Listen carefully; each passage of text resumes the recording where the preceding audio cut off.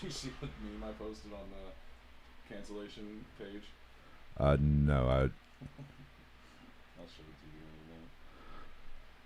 a minute. Okay, excellent condition. Okay. Instagram selfie.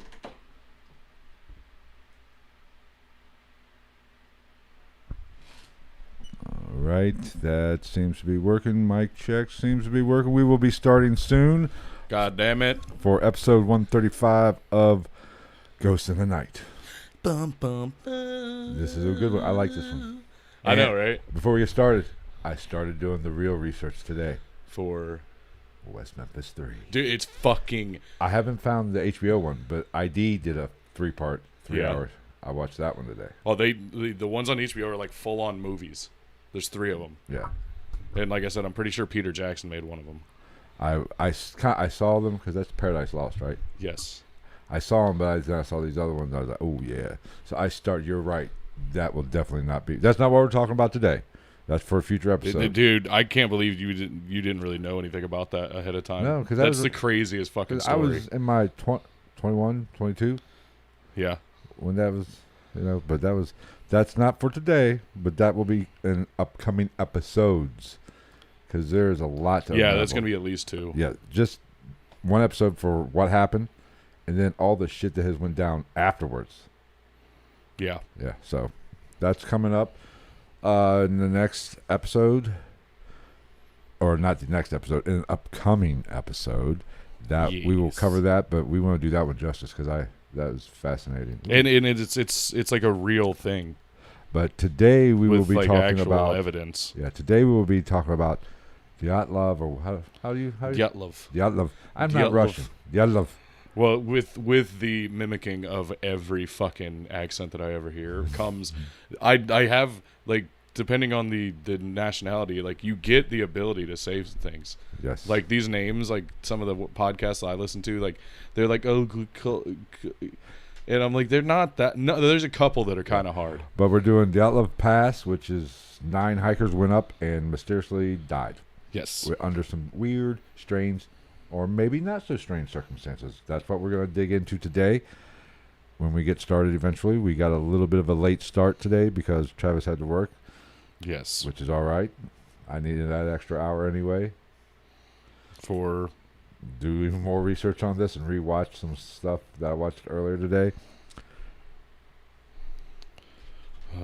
Sorry, anybody who, I don't know if anybody's actually fucking watching this right now, but being as I'm running late, I'm doing our we gotta do social media. We gotta get that shit rolling.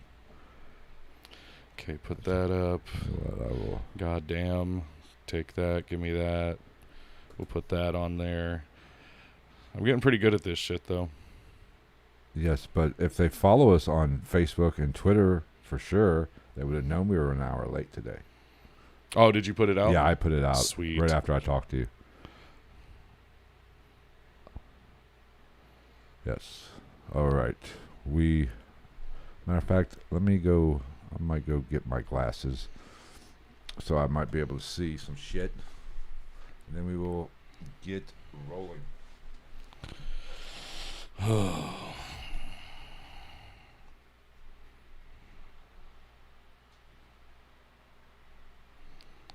How's everybody doing?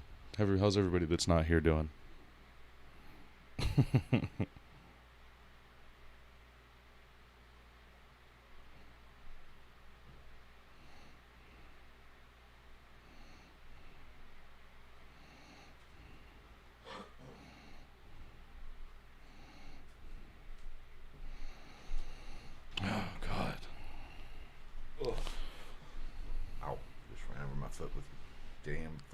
Chair.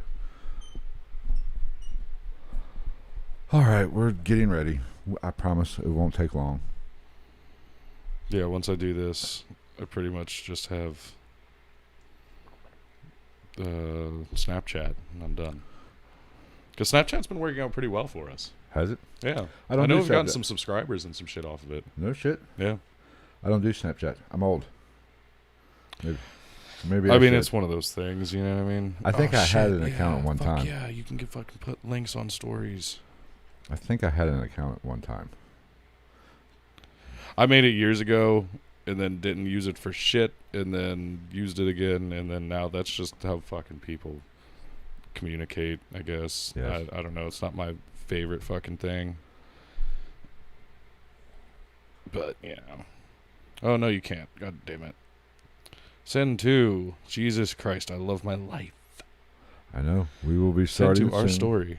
I love how people are impatient because you watch the viewer count go up and then down. Well, I mean, this is... I don't blame them. We will start. Like, I've kind of fucked this one up. I hope they come back. If they don't come back, they can kiss my fat freaking ass.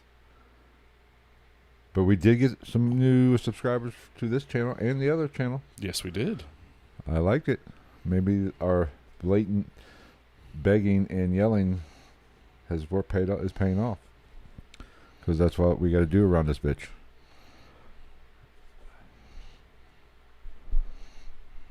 Let me scoot up a little bit.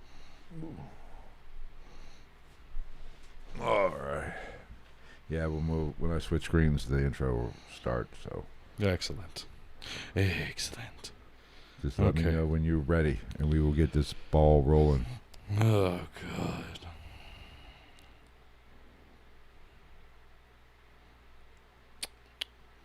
Sorry. Oh, you're fine. I don't care. If they don't like it, I will get this down one day where, like, my due diligence is fucking done before I come in here. that's all right. Because it is kind of, like, I know it's for the growth and, like, all that shit, but, like, I do need to have... I need to just wake up in the morning and do this the day of. We do have one viewer. Debbie is in. Say hi to Debbie. Hello. Hello, Debbie. Hello, hello, hello. Haddle-a-doodle-a. She figured out how to watch. She figured it out. She figured out how to the YouTube. She has she's gone... Old. She's old like me. She is a goddamn genius. This modern fucking technology we have. She's a fucking genius. She is. I'm surprised. Where the hell is Gonzo? I don't know. You want me to send some messages? Tell Gonzo get his ass here. Because I posted on the other podcast's Instagram, and he commented on it. He liked it and commented on it within like 5 minutes. It's a fantastic fucking meme. Or probably, well, I didn't do Instagram. Let everybody know that we were going to be late. So maybe he came and did not figure it out. He's just crying right now. He's crying. If he doesn't show up, we're going to tell him I had that sex change he wanted me to have. Send him a message. He missed it. Yeah. Oh, my God. Debbie. Did I say Debbie? I thought I said Dabby for a second. I was like, damn, smoke, bro. Please bear with us. I apologize. We're going to get started. She'll be fine. Oh, God. Jesus. What the hell? Is this not part of my job? It is. That's all right. Oh, fuck. Sorry, just... Tell you what. I will get this party started. I'll play the Yeah, I was going to say go ahead because I'm literally just sending out a couple last minutes. Like you still want to take the lead a little bit on it, or? I have most of the notes. Okay, so I'll let you take the lead. I'll just after the intro, do a quick little intro and then hand it all over to you. All right, ready? Ready to get started? Yes, sir. How do I do this? Oh, shit. I forgot. Oh, there we go.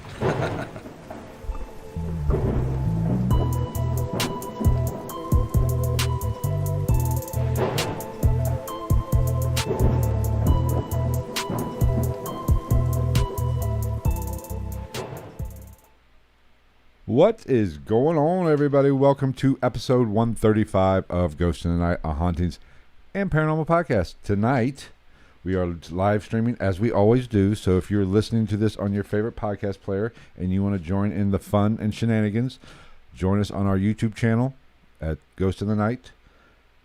Sundays is when we do it. Now, the time frame is normally 6 o'clock, but we're starting an hour late today. Because if there is a God, he fucking hates me. Well, it's all right. You're Asian. Of course he hates you. He no rocking me. He think I'm stupid crazy. But we're coming an hour late today. Don't even go there. Normally we start at 6 o'clock, but Tonight we had to start at 7. And for the next couple weeks, it might be a little shaky on start times. So you definitely want to follow us on my Twitter. Work schedule is going to be a little cray-cray here soon. Yeah, you definitely want to follow us on Twitter to get the updates on when we will actually be going live for the next few weeks. And that the Twitter handle for the podcast is at @night_ghost. And if you would have followed, you would have known we were starting tonight late because I put it out there. But tonight we are talking about the mysterious Dyatlov. Well, how do you say it? Dyatlov Pass. It's a hiking group back in 1959, early January or January of 1959. The end of January going into February. That 9 hikers, 10 hikers originally started out, but 9 hikers died in this pass under mysterious circumstances. There are a boatload of theories on why they perished, but naturally it goes everything from UFOs, Yeti, to government. Yes. Or it could just be natural. There are some natural. I've got multiple scientifically explainable and multiple just random fucking things. But basically 9 hikers went out there, and these were all experienced hikers. These weren't just some Joe Blows and Jane Blows, because Jane Blow, get it? They were, and I'm the fucking one that makes the sexual connotations. Hey, this is a serious podcast here. Goddamn, I'll tell you what. We have no fucking viewers. Hi, Debbie. Thank you. We appreciate you. Oh, Debbie might have took off too. Debbie, no love, no more. I don't know. Oh man, how can you do it? How can you stand not having dark mode on their shit? I don't know. I generally do, but anyway.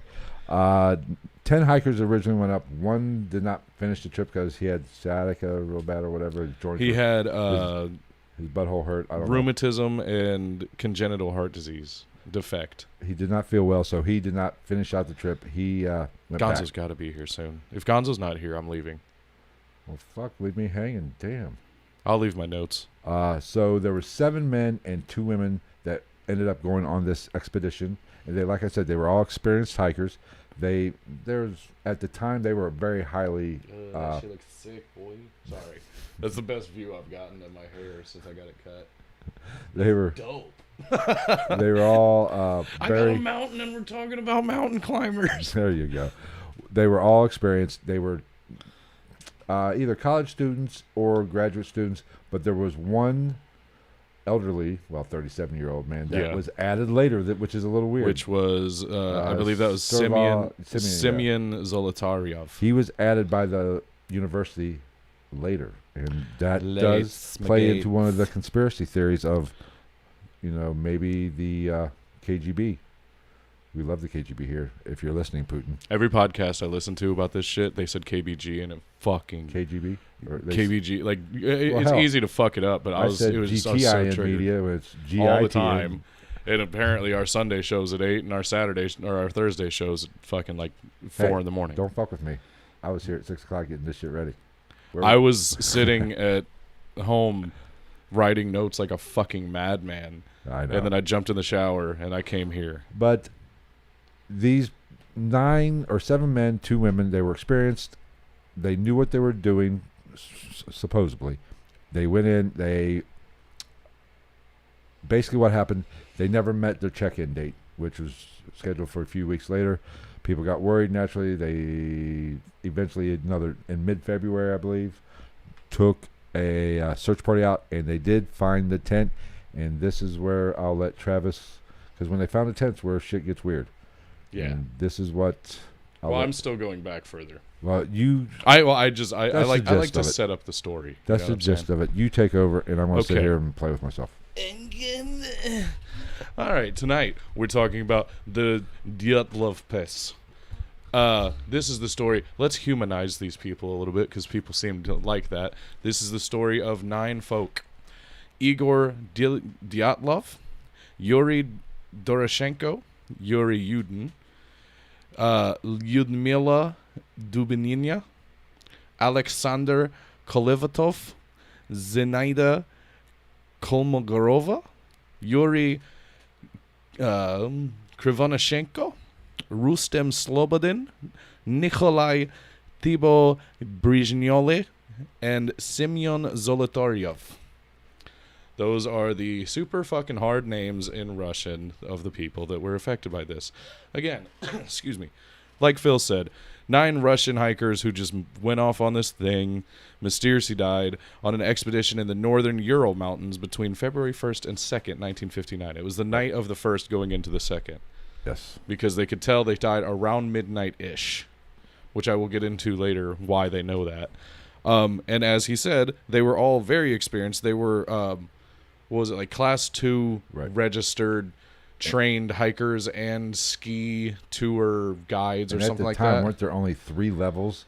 Yeah, something like that. And this expedition was going to get them to that third ranking, which 2 is right below. Yeah, and and they were all from the Ural Polytechnical Institute. Right. And they were led by this Igor Dyatlov. So, let's go back a little bit. January 24th, Yuri Krivnishenko was detained by the police for soliciting, quote unquote, because I guess this dude carried a guitar with him like where he went and liked music, and he was singing and playing guitar in public, and the Russian military or police came by and they're like, "No, Mr. Hippie Man, you not do that here. We not have happiness. You cannot sing in Russia. Communist. The only singing we do is no singing. Fuck you. Fuck you, Yuri Hendrix. You just turned into freaking Arnold Schwarzenegger. Now I'm Austrian. All right, go ahead. We do not play the music here." So that because that one made me think for a second. I was like, what if? Because they also got I don't know if it was all of them or just a portion of them actually got accused by a local drunk of stealing or trying to steal his vodka. So I was like, yo, maybe he pissed off the wrong people while they were in town before they went out, and they came out and followed him and beat the fuck out of him, because we'll get into that later too. But obviously very far-fetched. But in my mind, I was like, it was the homeless guy. The KGB had a lot of undercover people. The Kigba, they did. The Kigba did a lot of fucked up shit. Maybe they stole vodka from the wrong people who just happened to be... They stole KGB vodka. Sons of bitches. You should have just fucking forked over the extra money, got the Ciroc, called it a day. Exactly. Hey, I'm just throwing out theories. We're here for wild and crazy theories. Okay, so jump ahead a couple of days. On January 27th, Igor Dyatlov hired a sled to take them to the North 2 mining settlement, which was abandoned by this time. Then January 28th, as you said, Yuri Yudin went back with the sled because he had knee and joint pain because he suffered from rheumatism and a congenital heart defect. I did not hear about the heart defect. See? Yeah. So he like, I was like, what a fucking pussy. But then I was like, okay, so you have legitimate reasons. Well, how are you not that you dodged the biggest fucking bullet in history? Oh man, my rheumatism hurts sometimes. Yeah, but it kept you alive, motherfucker. Well, what he has is similar to what I have with the joints and shit. Yeah. I bitch about it, but it's painful, and you just go, mine's a little worse. He is kind of a pussy. But well, I mean, we're also not going on fucking, because I think this was supposed to be like a fucking 200-kilometer expedition or some shit like that.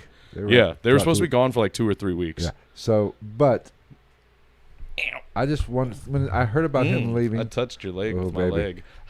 When I heard about this, I was like, I wonder how much survivor's guilt this guy has. Right. Under the circumstances. Well, because Yuri Yudin was a really big information contributor to there's a book called Dead Mountain, I believe it's called. Yeah, because that was the name of the mountain translated. No, the name of the mountain translated means I fucking didn't write down the name in Russian of the mountain, but the name of the mountain translates to "Don't go here." Oh, see, I heard one of the videos I watched. Fuck YouTube, can't. It might be the same. Well, I mean, they said from what I saw, there's multiple names. Dead, I think there's multiple names for all this shit. But yeah, one of the I think it might have been like a local term for it translated to "Don't go there." So let's go there. Well, it's some white people shit.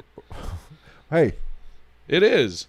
Don't fuck with us white people. It's true though. Like even though I'm included in this group, it's like, hey, that house over there is super haunted. White people fucking just swarm to it.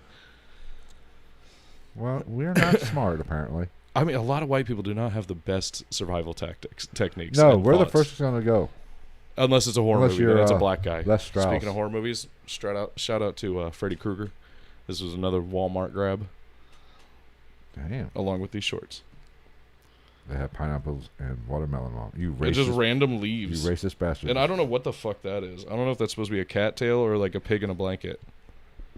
Anyway. Back to the fucking information. So,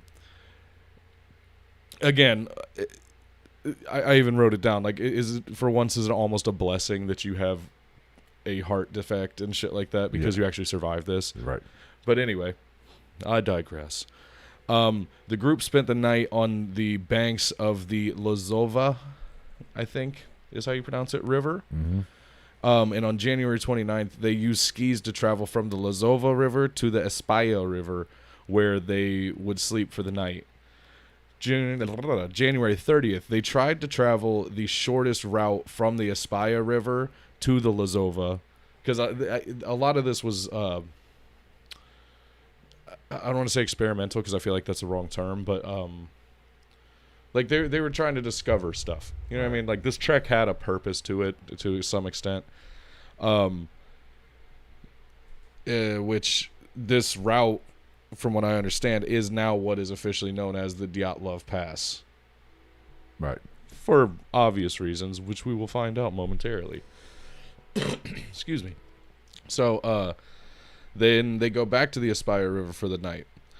February 1st, they dropped a bunch of their non-essential food and equipment and stuff like that at this little base camp that they had set up in order to lighten their shit up and make themselves more economical for the travel. Yes. So they drop off a bunch of shit at their camp on the Espaya River, planning to retrieve it when they return because it's obviously... We're not going to need it for the next couple of days, but we're going to need it. You got to go get the vodka. Yeah. Oh, yeah. You can't leave behind the Stolichnaya. Right. Or the Kamchatka, whatever cheap shit they drink over there.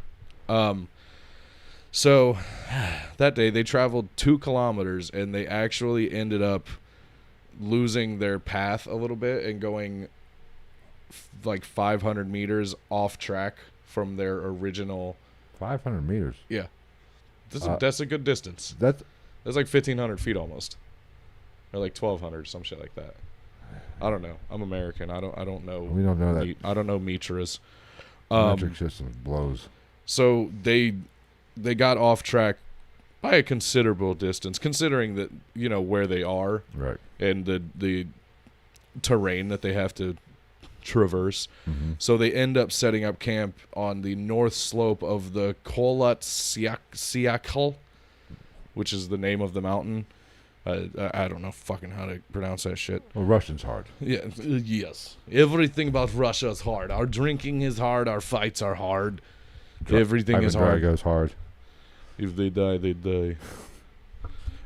So February 2nd, fucking everybody dead. Dead. Yeah, like they set up camp on February 1st. The next day, mysteriously, fucking dead. So, moving on from there, before we get into some of the thought process and shit like that, I have some other stuff.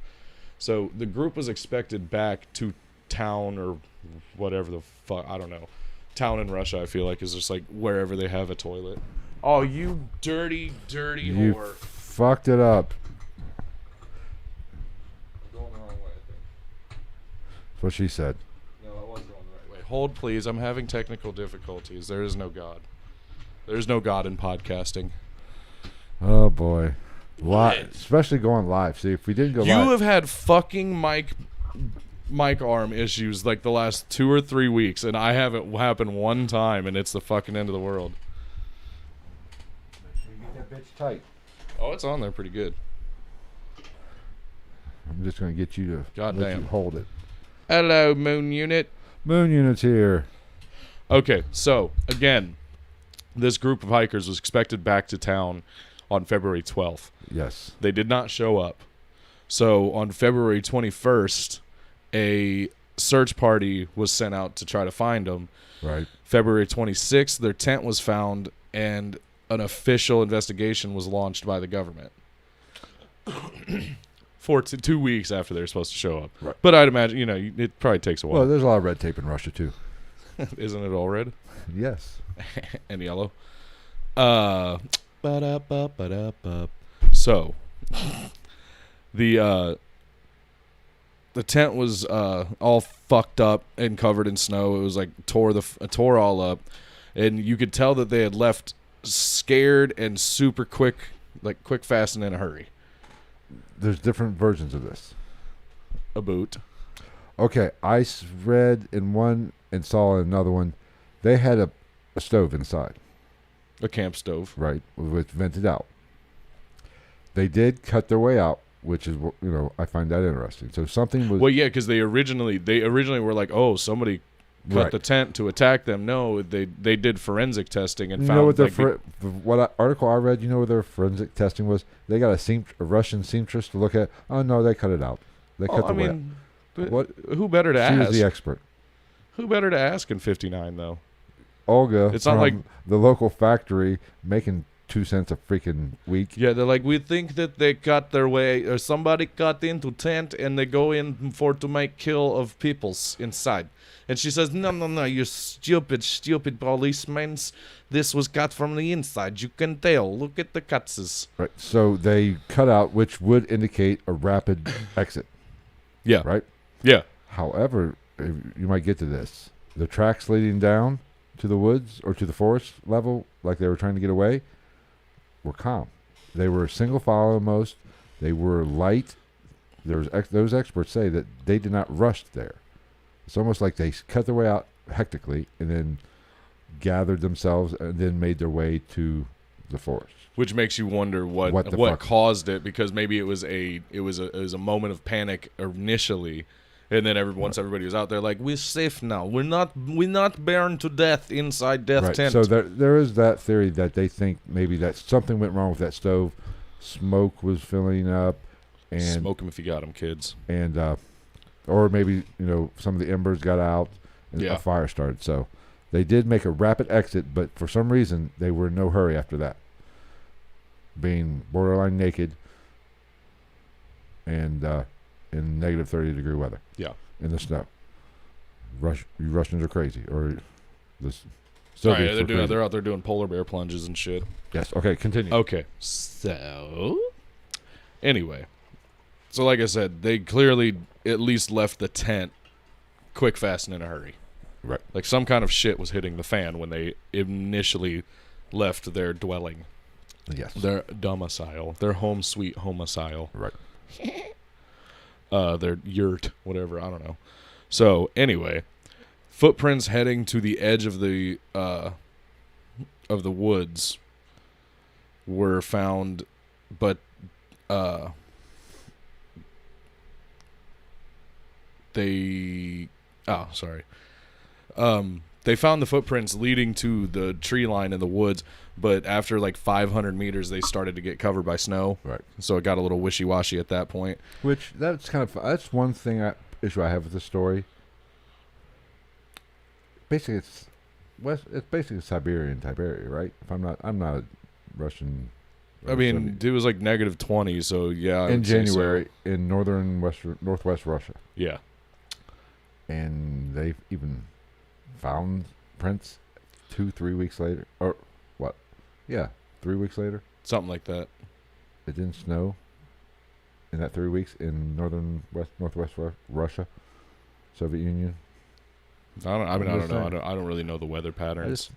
I would think. I never heard anything about crazy weather patterns being brought up for explanation purposes. I would think there was, but not like shit like this. You would think. But even just wind blowing, like snowdrift, in that area is known for high winds. Yes, because we'll talk about that too. So, in a 3-week period, tracks didn't get covered up by snow. You thought they could at least got 6 inches of snow in 3 weeks in that area. Oh, I got a lot of condensation going on. Wind didn't blow the snow around to cover up tracks. Right. I just think it's kind of weird that they found these tracks 3 weeks later. Right. I think. But hey, okay, who knows? So again, they found 9 different sets of tracks, and they were either in socks, one shoe, or completely barefoot. As we said, the tent was cut, which they originally thought it was cut from the outside as in somebody going into the tent, and then the forensic testing, which was Olga from the fucking the seamstress. God damn. Well, here, you keep talking. I'm going to go get you. Thanks, buddy. I'm going to take care of this. Thanks, buddy. So, yeah, she, a seamstress. It's like, that's so weird, man. Like, who better to ask, but at the same time, it's a fucking seamstress. Hold, please. Yeah, you think, they... Well, of course, it's 59. They just went down to the local factory and said, hey, we got an issue. Can you look at this? Sure. What the hell? So it's... I get it. And how good was forensics back in 1959? Well, that's what I was saying. Like at the time, that was probably the best person you could ask. Right. But still, she's just like, no, stupid policemen. This not cut from outside. You can tell. How stupid are you? You never hem pants. You never fix inseam on your mother's fucking pantyhose. Anywho, so in once you do testing and notice they did it was what's the word I'm looking for? I don't know. Fuck it. But like when you see that somebody cut their way out of a tent in the middle of nowhere in Russia, in the middle of the coldest part of winter, clearly you're gonna think there has to be some type of panic involved. Or because you don't just do that shit. Or there were 7 men, 2 women. It was a gangbang gone wrong. They did say that they do think that there may have been some type of... Somebody was saying something about a sexual activity having something to do with the scantily clad nature of the bodies when they were found. But I'm like, if they're at camp and they have a wood-burning camp stove in their tent, those motherfuckers get pretty warm. Like, you can have like a solid 80-degree tent in the middle of fucking winter if you have that set up. They're made like that for a fucking reason. Or there was some tapping going on. Which, I mean, that's still speculated on. There was a Russian train going over Dead Mountain. Yeah. So, anyway, not far into the woods, investigators found the leftovers, if you will, the remains of a small fire that had been built, a small campfire, and the bodies of Yuri Krivinashenko and Yuri Doroshenko. If somebody just said Yuri, how many guys turned their head in that camp? There's 3. Exactly. Well, 3 including the one that turned back. So Yuri is kind of like what, John? Yeah, Yuri is the American John. My name is Yuri Krivinashenko. I'm here to drink your vodka and fucketh your wife. You either get out of my way or I will crush you. There's another Ivan Drago reference. No, I did hear they did say the tree looked like they tried to climb the tree. Yeah, I got that in here. Okay. So that's actually right here. They were found under a cedar tree, which had broken limbs going up about 5 meters into the tree. And they initially assumed that this was them trying to gather wood for the fire that they built. But the forensics looked at it and said they found fragments, if you will, of skin going up the tree bark and on the broken limbs, and their hands were all tore up. Right. Indicating, which they say indicates that they were like frantically trying to climb the tree, which would mean you're trying to get away from something. But at the same time, I also thought if you're wearing almost no clothing, it's -20 plus wind chill in the middle of the night, would you not be rather frantic trying to gather the firewood to get a fire started if somebody got a spark? You know what I'm saying? Right.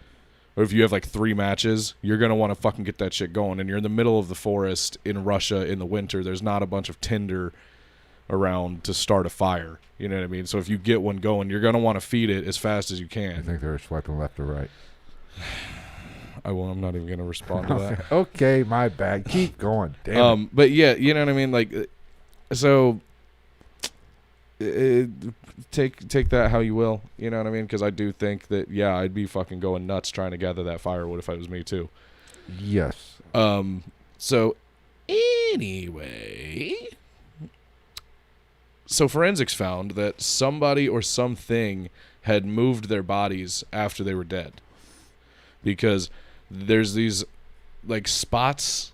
I don't know. I didn't find what they were called, but like there's these spots that I guess your body, like, they grow on your body or whatever the fuck post-mortem after you die. And the way they found them, they should have been on their side, but those spots were on the front of their bodies, which clearly indicates that somebody or something moved both the bodies. Right. Which, when we get to... in the same fashion as well. Which I think there's a good reason for this when we get to later. But did you get... They did find burns on one of the Yuris. One of these Yuris, did have burns on his, I think, his foot and a hand. So I didn't see that. Yes. Interesting. Which plays along to I think maybe they got that fire started and naturally trying to get warm got too close to it. Or it also goes into the fire in the tent. Mm-hmm. Or something happened with that stove in the tent. That's where those burns came from. That's where my mind went with it too. Yeah. So anyway, the spots, post-mortem spots. Okay, here we go. February 27th, Dyatlov was found 300 meters from the cedar tree where they originally found the other two. Right. And so was Kalagmarov. They're so hard. Russian women, they're hardcore. Yeah. And their names are really hard to say. I have it written out more distinctly on the first page. I don't want to mess it up. I feel like a dick. They're dead. That's not the first page. Fuck that. Okay. Anyway, so in Kalagmarov, sorry, it's Russian. It's hard. If you're a descendant of her, he apologizes. I apologize for him. Okay, so Kalagmarov, whatever, was found 600 meters from the tree. And then 6 days later, Slobodin was found 480 meters from the tree. Or 600, no, Kalagmarov was 630 meters, sorry. I had to go back and fix that. So again, 6 days after that, Slobodin was found 480 meters from the tree. Dyatlov was lightly dressed with no shoes. Zanaida was better dressed with no shoes. They suspect both of them died of hypothermia. And Slobodin, who they also said died of hypothermia, was also somewhat dressed and had one boot on his right foot. He was the oldest one, right? I believe so. Yes. And he had a small skull fracture that they did not think was a fatal injury. So they don't think he died of that. They say he died of hypothermia. Well, they said, I think all, 8 of the 9 died of hypothermia, I think there was one. 6. There was 2. 5 or 6. I thought there was only 1 or 2 that died from their injuries. I want to say 6 died of hypothermia for sure, from what they said. But that's the thing about this research on this internet. God love you fuckers. His head injury, that skull fracture, I've heard 2 different stories. I heard it was so bad that pieces of skull were in his brain. That one? Yes. But then again, that would have killed him immediately. Yeah. So I don't know. We're talking what? 60, 70 years, 80 years ago? Don't do math on a podcast. 62. 60, 70 years, something like that, yeah. Yeah. So anyway, but when they found the bodies of these guys, they appeared, like the way the bodies were lying and everything, it appeared that they were in the middle of trying to make their way back to the camp. Mm-hmm.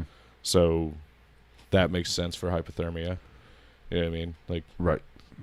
Skull, blunt force trauma to the head, you just fall however you fall. Right. So, like, in the hypothermia thing just kind of does make sense because it, like I said, there's a serious lack of clothing. Right. No boots, none of that. Well, one boot amongst like the three of them, and it's minus 20 plus wind chill. That's the most. I mean, let's be honest. Negative 30 degree weather, temperatures, snowstorm, high winds. Russia, not like it's automatically worse because it's Russia. Underdressed. You made a rapid exit out of the tent. Hypothermia is, it won't take long for hypothermia to set in. Like for anybody who's like me and is like a zoological nerd and shit like that, they're in an area where reindeer live. Reindeer live in like some of the gnarliest cold weather climates in the world. Like, not many species live in the areas where reindeer live because it's so fucking crazy. Like, super cold. Santa doesn't allow it. Very few things to eat if you're not a carnivore. Elves. And there were not any major carnivores in this area from what I could find. You're just not going to even acknowledge my jokes at this point. No, I just expected them to come. I'm just going to sit here and shut the fuck up.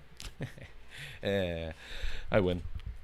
Anyway, so it appeared that the two that they found under the tree took clothing off of the other ones after they had died. So they outlived the other ones. Go figure. Right. The ones that had a fire outlived everybody. But they said that they probably scavenged clothing from the dead bodies. Are these ones that built the shelter, the makeshift shelter in the snow? Or you're in the third set, right? This is the original ones, the first two that they found. Right. Okay. Oh, by the cedar tree. Yeah. Oh, okay. I thought we moved past that. Yeah. They were scavenging clothes from the other ones. They're walking around, like, you fuck you. You're dead. I am alive. Well, let's be honest. I will live and tell my story to my great grandchildren about their male babushka man. If, say, you and I are out in a snowstorm, I die. You have permission to take my clothes to keep warm. Oh well, yeah. I mean, it's just like the people in Chile, the 8 people the plane that crashed, the soccer team I think it was. Oh yeah, they ate, and they ate parts of a couple people, and everybody's like, "You're fucking terrible." I'm like, "No, they're surviving."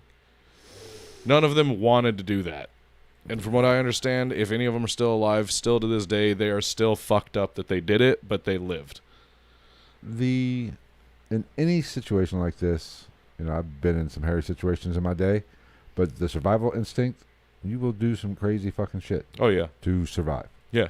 So I mean, I don't fault anybody for. No. If they're dead, they don't need the clothes. Yeah, it's like drinking your piss is gross, but like it can technically for a little while. But yeah, I think you can recycle your piss technically like 3 times before it becomes really toxic. Yeah, but that's a misconception anyway. You get more and more dehydrated. Yeah, drinking your piss really it doesn't really do much for you initially. Right. Period. So I don't know why so many people talk about it. But there is a way to filter it out with heat and you get moisture out of it. But okay, so what's this guy's last name? Because I don't remember this one. Russian. Okay, so that's Kolevatov. Okay, so Alexander Kolevatov's brown sweater and his pants tested positive for radiation. And there's another one that did too, right? As far as I know, there was only one that that their clothing tested positive, but there were other ones found whose skin was abnormally brown, which is a sign of radiation poisoning. Well, I heard one of the articles I read, there was 2 guys, this guy and the other guy he died with. Mm-hmm. His shirt or sweater also tested slightly. This guy. Well, they found one. I believe one of the girls had a piece of clothing test positive for radiation, but it was somebody else's sweater. Well, see, I heard 2 guys. I believe it was she had taken Kolevatov's sweater after he died. That's probably what it was. Because there's because this is a whole conspiracy of the. There's a fucking lot of conspiracy. Radiation, whether it be UFOs or nuclear testing by the government. Oh, I get into all of it. I've got pretty much every non-scientifically provable and scientifically provable option. We'll get to. There is a very good explanation for why these clothes had radiation in it. And we'll see if we have the same opinion on it. Okay. So, and mind you, because this question came up with me, and I know that our fantastic listeners are geniuses just like my dumb ass.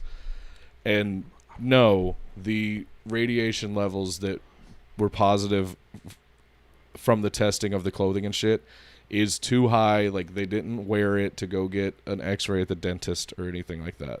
All right. Like, that wouldn't have worked. The residual radiation from something like that would not have, like, it wouldn't even be there at this point, let alone be of a testable, affirmative, like, positive test amount. Because there are, from what I've read, there are even some experts that believe the radiation levels on these clothes were actually higher.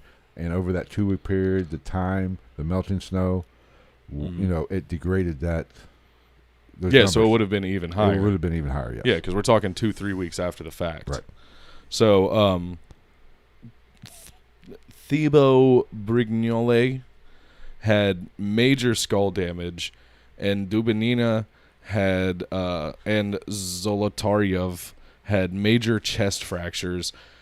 The damage of these chest fractures were comparable to that from the pressure exerted on the human body during a car crash, like a good car crash. Right.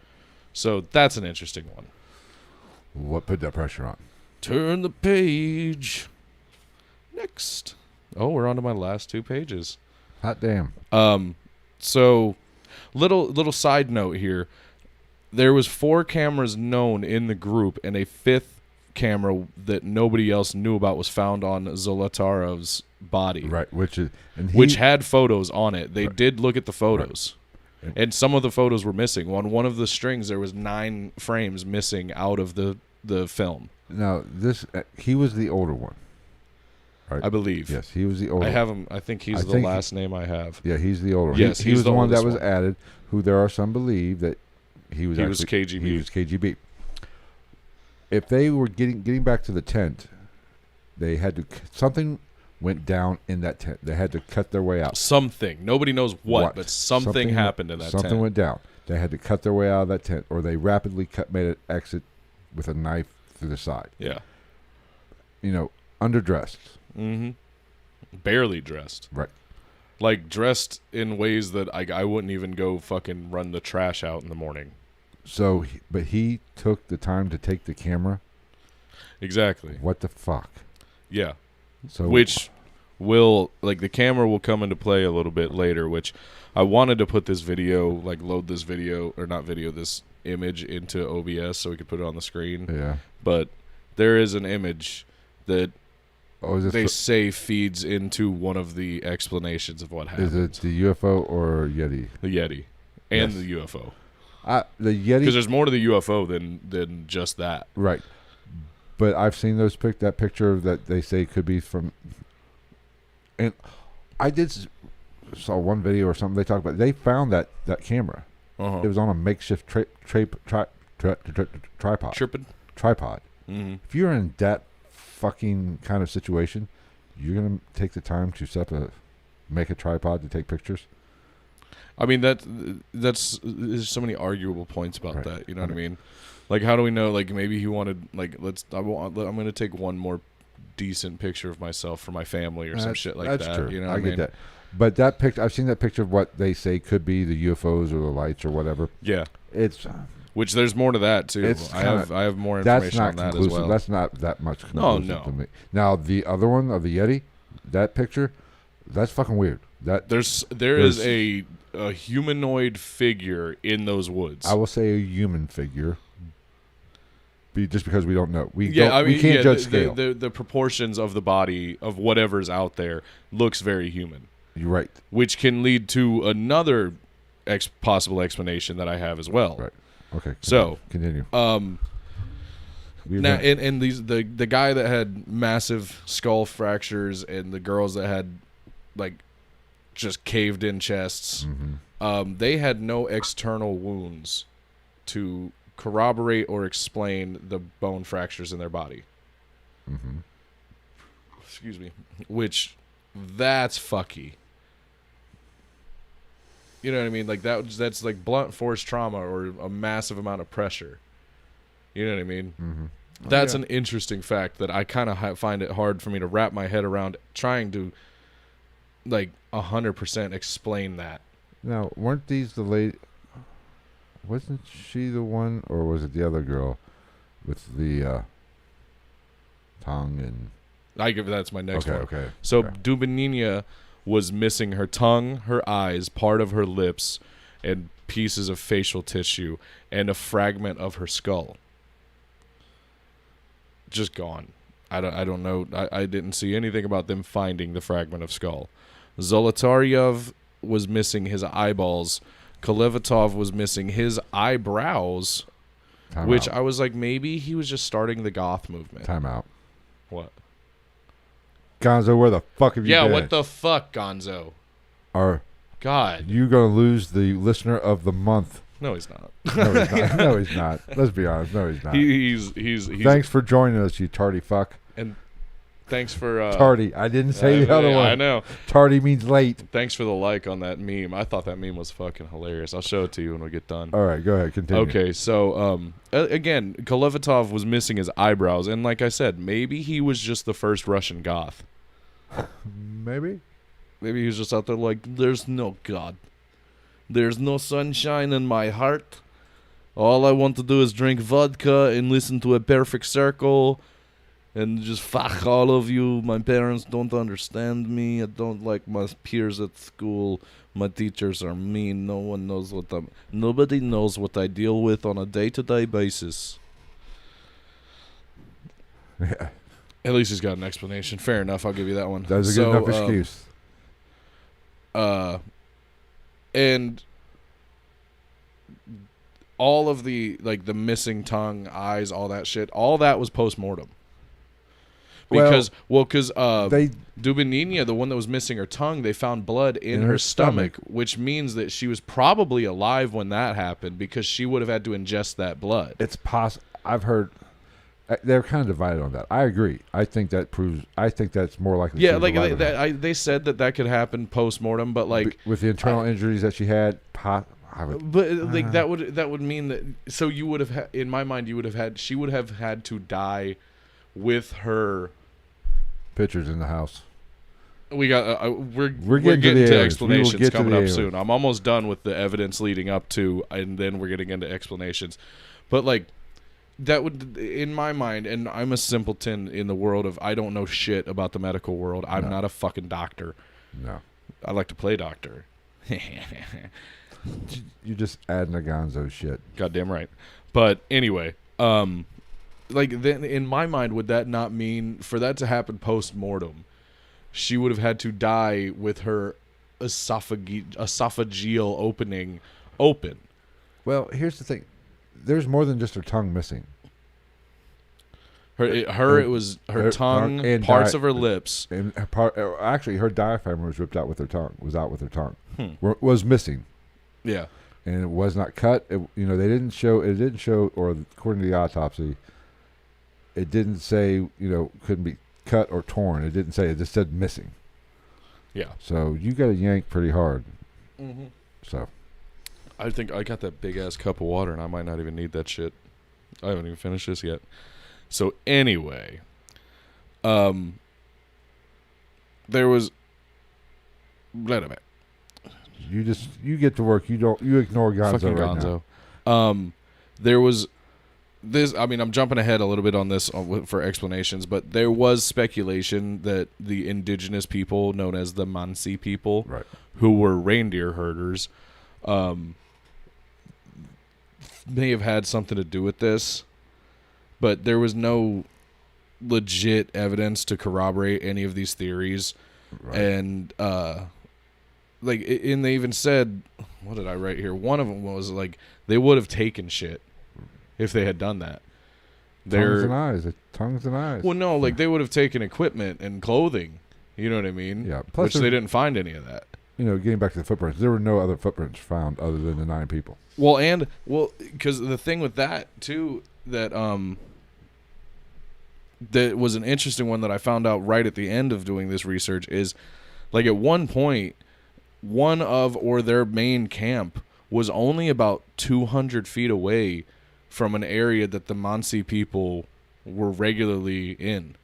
Really? So they could have. Hi. We got an issue Hello. here. We're naked. And we need shelter. You're very nice reindeer. You look like one from Frozen. I've never even watched Frozen. I've never watched. It just was so fucking popular that I know that the goddamn snowman was named Olaf, and I know there's an Elsa. So they're Russian. And I know that I don't want to build a snowman. Oh boy. Anyway. Continue. Well, they said they actually there's this whole thing saying that like Frozen may have dropped some knowledge that could have helped solve this. I didn't read into it because I was like, I'm not trying to fucking go down that rabbit hole of shit. Because then you get me into the interesting part of like Elsa is fucking related to this person and this person's related to that person and Tarzan and it is Elsa and Olga or whatever the fucker's name is, sis, brother, blah, blah, blah. That's super interesting. We could do a whole episode on cartoon shits. There's a lot. Hollywood's trying to tell us shit. Dude, Rugrats, there's a really grim one behind Rugrats. Like, really dark. So, anyway. Where were I? So, the Muncie people, that got dropped pretty fast. Like, any speculation against the Muncie got dropped quite quickly. Right. Because there just wasn't anything to corroborate that thought. And plus, these 9 kids, or 9 people, weren't the first to go through there. No. And these natives or whatever, residents of this area, they never attacked before. Right. So how the fuck would they do that kind of damage? Right. You know what I mean? Like, these people have caved-in chest cavities and shit. Well, maybe. It goes back to that gangbang. I mean, what are you going to do? I mean, what are the Muncie going to do? They're going to, like, fucking knock you out and then jump on you like a trampoline? Maybe it was the could be reindeer. Maybe the reindeer got pissed. Reindeer games. Carnivorous reindeer. Rudolph got a little pissy, didn't get selected. You know why his nose was red? Because of the blood of the innocent that he slaughtered at Case Dyatlov closed. Pass. We're done for the night. Have a good one. We're out. Santa Claus is a fucking Nazi. Reindeers are murderers. See you next week. So anyway, and then so this is just little shit that we've actually already said. But what? My mother's here. We gotta clean it up now. Damn it. Fuck. Hello, Mother. Hello, his mother. Ignore the comments, please. Especially ignore Gonzo. Gonzo, be nice. That's Phil's mom. Yes, I will hunt you down in Chicago. So anyway, we've touched on a lot of these already, but I threw them in here just because they're like little tidbits of stuff that, you know, have something to do with something.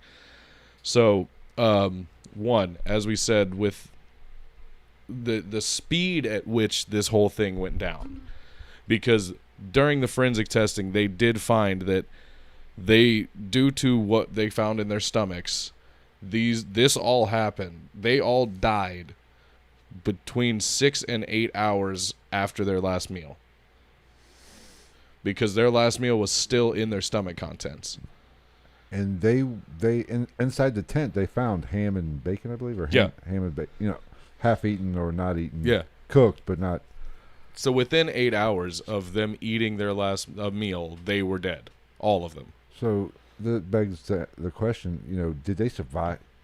How could they have survived that long out there, half dressed, in negative 30 degree temperature? You know. Well, that's what I'm saying. Like, we don't know how. Like, it could have been 10 minutes after they ate, or it could have been up to 8 hours. Right. You know what I mean?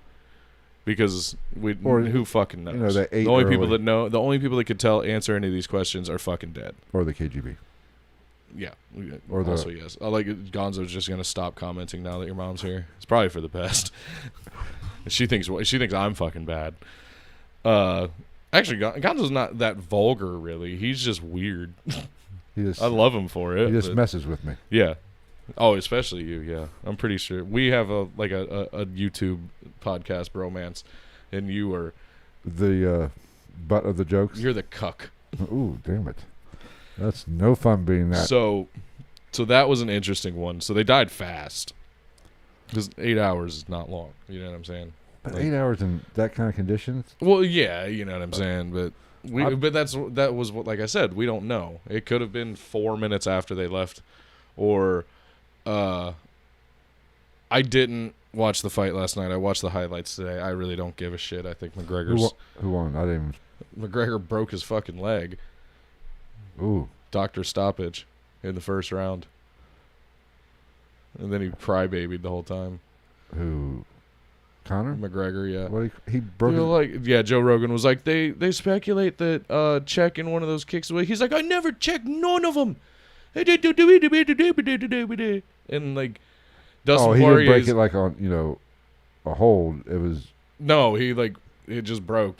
He was kicking him. Yeah. And so on the block, he said, okay. And like he's doing all this while Dustin Poirier is like sitting there. He was like, that's not how you talk, man. Like, he was like, he can say all that stuff, but I hope he gets home safe to his beautiful family. And I was like, yeah, good way to be a gentleman about it. All right. Let's get back on because they did talk a lot of shit. Oh, yeah. Which is funny because their last fight, like, Conor McGregor was super respectful to him. I don't know why I think it just depends on how much fucking cocaine he does. Because I don't care what anybody says. Tracks. Get back on Conor McGregor does cocaine. Let's finish this up. We can talk about Conor McGregor. This is all just, like I said, stuff that we already know, but it's all just kind of a sum it up. This is what we know, blah, blah, blah. So, fast deaths, tent cut from within. Evidence showed that they had all left the camp of their own accord. Like, they weren't forced out. You know what I mean? Right. Like, or anything like that. There was no some shady shit like that. Radioactivity was tested for and found in multiple bodies found in multiple clothing, but evidence of radiation was found. Like I said, some of the bodies were abnormally brown, which is a sign of radiation poisoning. Mm-hmm. So there's that as well. And this one is the one that fucking I found interesting. Released documents said nothing about the condition of the internal organs of anybody. Now that Yeah, nothing. And you got people with caved in chests and like obliterated skulls and all that shit, and it has nothing talking about the condition of any internal organs, which is a very important fucking matter when you're talking about something like this. You can tell a lot about something from the state of the internal organs, especially in trauma, because this is all just crazy trauma to their bodies. One of the men did have something with his heart. I did hear. One of the other guys who had a little bit of compression on his chest, I did hear him talk about there was some kind of damage to his heart, probably from the compression. It probably exploded. I don't know. So that's what we've got. Those are the We'll facts. see you next week. No, I'm just kidding. Now we're getting to the good shit. So explanations, and they have, as of last year, the Russian government has basically, from what I read, closed the case. It was an avalanche. Yes. Which realistically is the most plausible. No, it's not. I think it is. No, because if there was an avalanche. Well, because I said I didn't write it down, but there's different kinds of avalanche. There's small avalanches that happen in very controlled areas. Now, another aspect of the avalanche theory is when they were actually, I forget exactly how far away from the peak, when they weren't on flat ground. And right. They dug into the snow to level out the tent. So one theory is, and I think the Russian government even touched on this, is there wasn't really an avalanche, but that snow collapsed with the additional snow. Yeah, I saw it. I'm assuming your mom's one of the ones that left. Probably.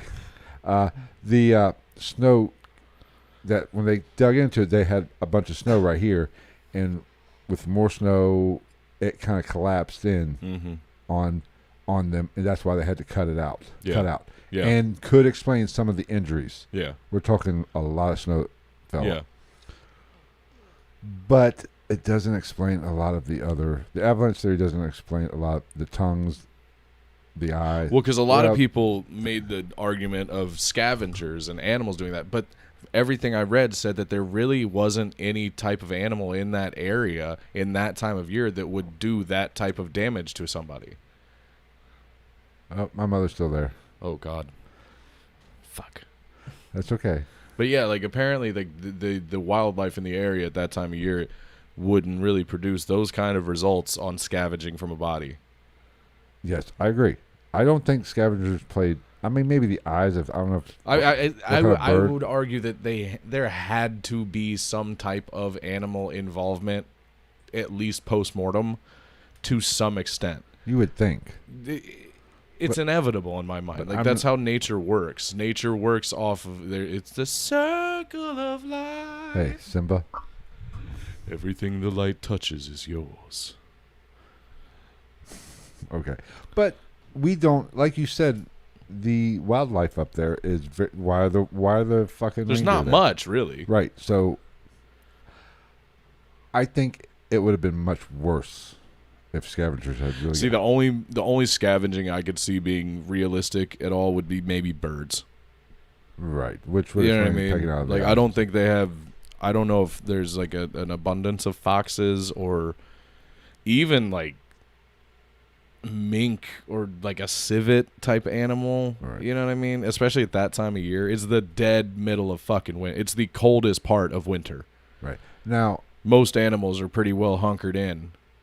I think with this avalanche, and I don't think they had bears. With this avalanche type scenario, or just that fucking cave-in type scenario would cause a lot of damage. See, and that's my thing with the avalanches. I think avalanche is a loosely used term. I think it would be more of what you were saying. Is it just kind of like a small portion just went, which will fuck some shit up. Right. Like, that's tons of weight still.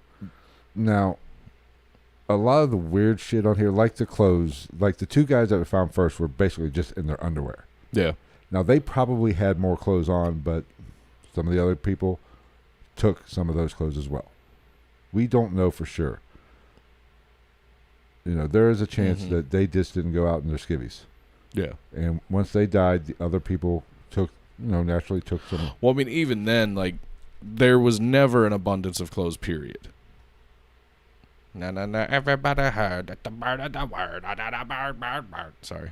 But there was, nobody was fully clothed. No, nobody was. And just to clear up any misconception, when they say they were found in their underwear, they're referring to like long johns. Right.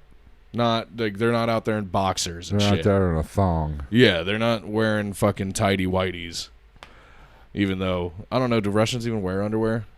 I would hope so. Or do they just grow so much bush and ass hair that it just looks like they have underwear on? I do not know any Russians. Why don't you go ask the Russian mob?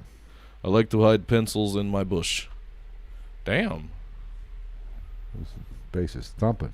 Right. Because I don't get it. I have a system in my car. Mine's not like that. That's just trying to be a fucking douche. Now, okay, so the avalanche theory is very plausible. Yeah, I have pretty much every theory. Okay, let's get into, you got the infrasound theory? I do have the infrasound theory.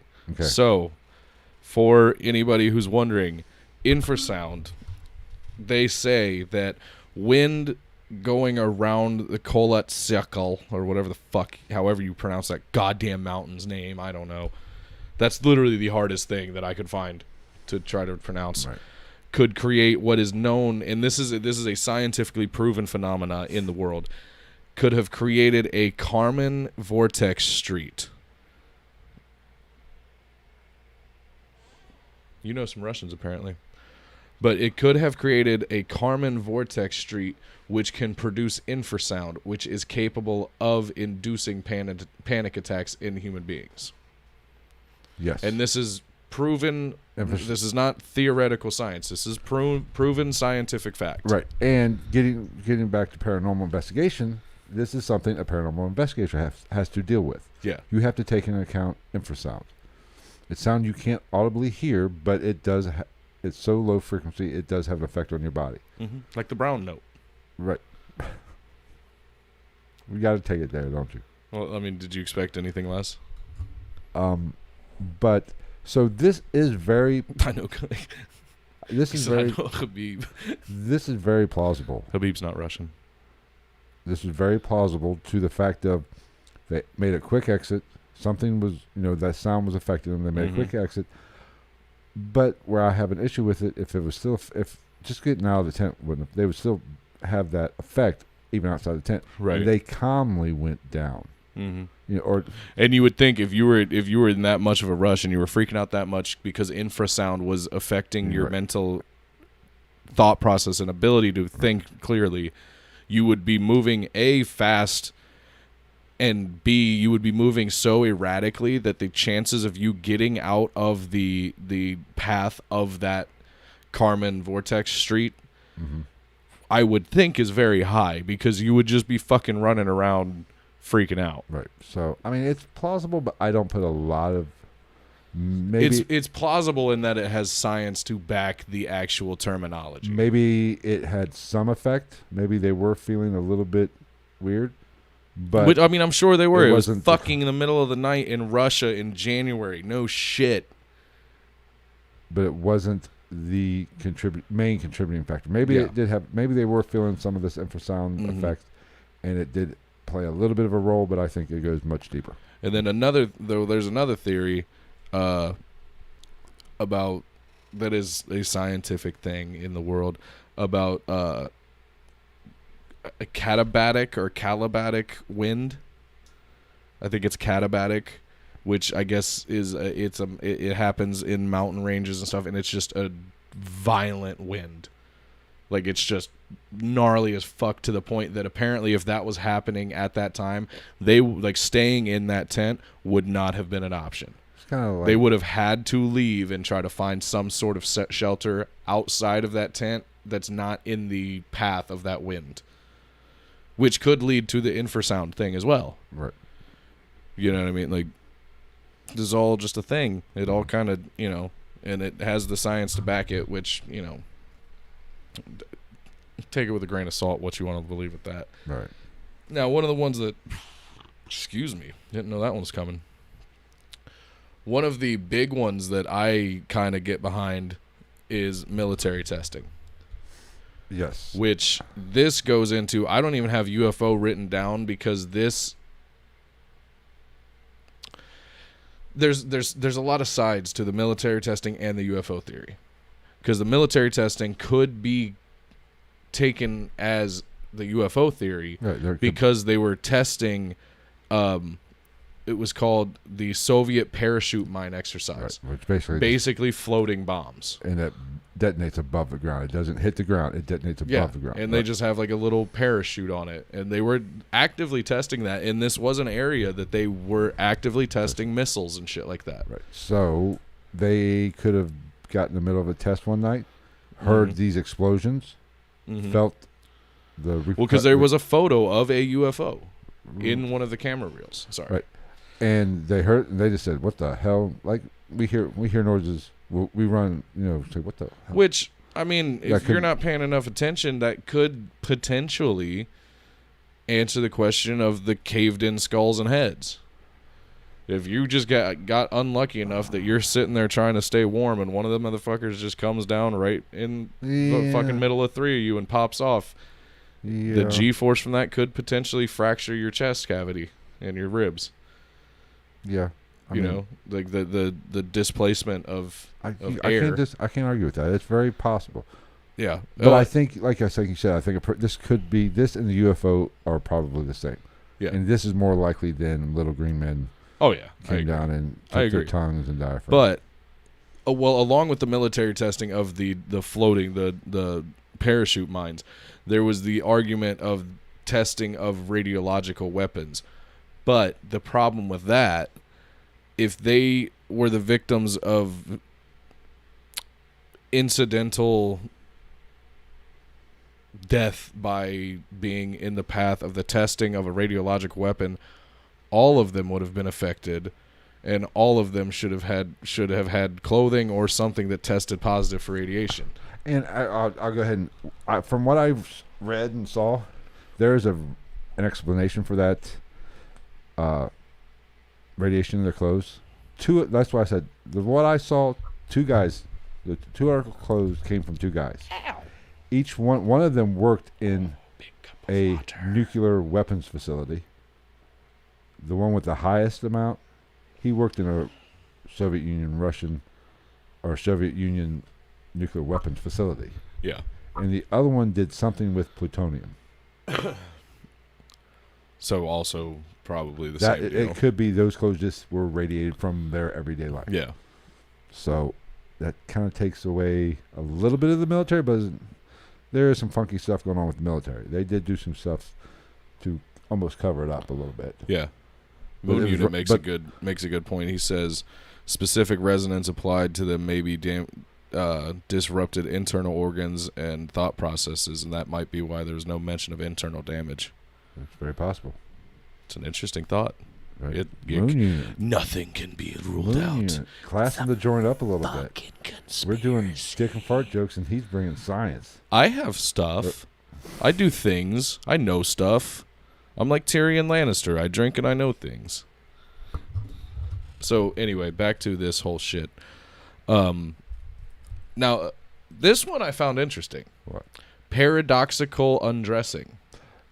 Which is common when hypothermia, yes. Which paradoxical undressing, for those of you who don't know, which I would assume is probably a good number because I didn't know what the fuck that was until I read this. Paradoxical undressing is when hypothermic subjects and people will start to remove clothes in response to a perceived feeling of burning warmth. Because that's one of the signs of hypothermia is you get so cold that your skin essentially has the sensation of burning. Right. Which most of us have gotten to a point of hypothermic, like, whatever the fuck, where that happens. Right, yeah. Like, I've done it multiple times. Like, snowmobiling and shit when I was younger. Especially, don't fuck around and go snowmobiling and then get fucking, and then you get chapped. I got chapped on my legs, and then I was super fucking cold. You know you're setting Gonzo up here, right? It doesn't take much. But, like, dude, I jumped in the fucking shower after I got back. Oh, my God. My thighs right here where the wind was hitting me, and, like, it just I'm pretty sure I got frostbite, and then I got in the shower not thinking about it. Dude, got so red and so itchy. Like, I itched my thighs till they were bruised. It got so bad. So, paradoxical undressing I cannot rule that out. That is an interesting thing I had never heard of, but it is apparently a confirmed thing. Jesus Christ, Gonzo.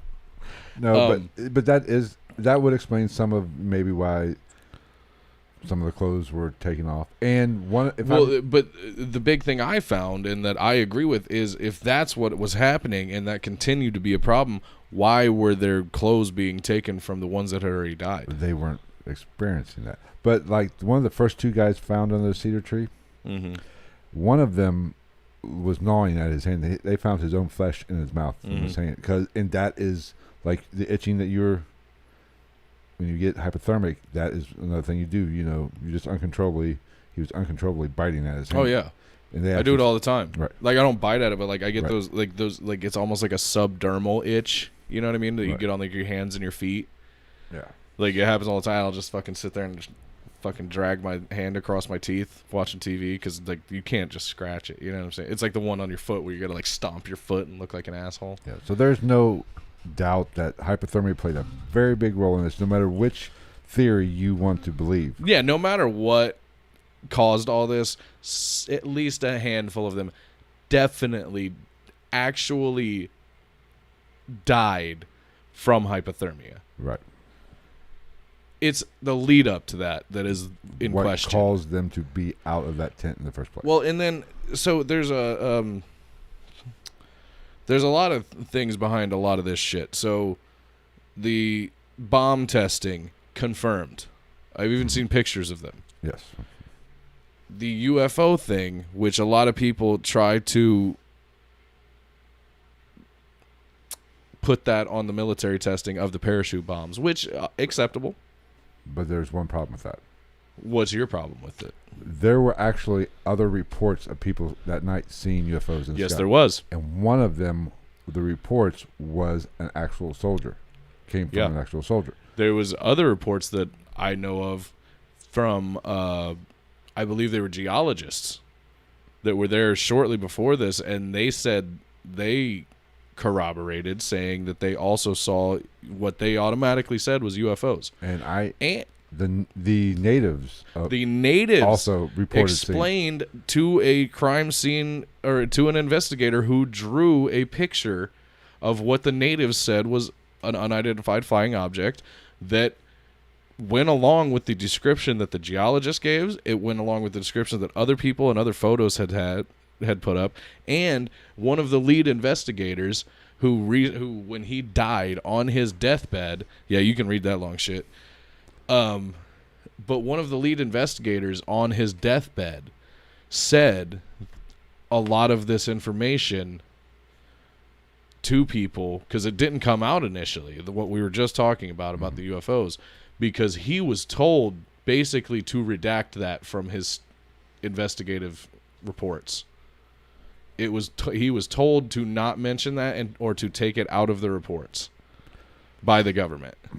So where we've heard that before. Well, which does that corroborate the story of UFO involvement, or does that then are they trying to take the view off of that because that then brings it to the government and government testing of different whatever explosives, floating bombs, different types of planes or helicopter, like, you know what I mean? Like, which way are you going to go? Right. You can legitimately go either way, and me being the way I am, even though I fully believe in aliens, I'm going to lean more towards government. They don't want people looking into it too much to see what they're fucking doing. And that's a very common thing. Like, anywhere where they have government testing and military testing, you have a massive influx, or not influx, you have a massive, like, spike in supposed UFO sightings. Because I do think that a lot of UFO sightings, depending on where they are in the world, are just people seeing military tests that they don't know what the fuck they're looking at, because nobody knows what the fuck they're looking at when you're talking about a secret military test. Hence the word secret. Yeah. Like we've talked about it before, that stealth bomber.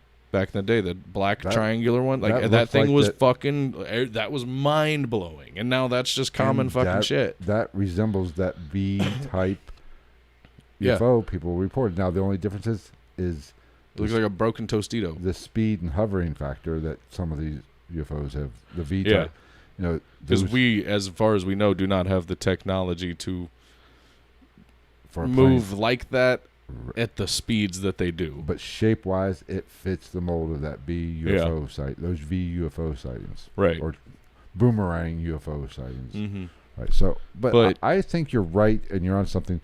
The government we had that redacted. They didn't want people asking too many questions UFO-wise because they knew it'd lead to military what they were doing.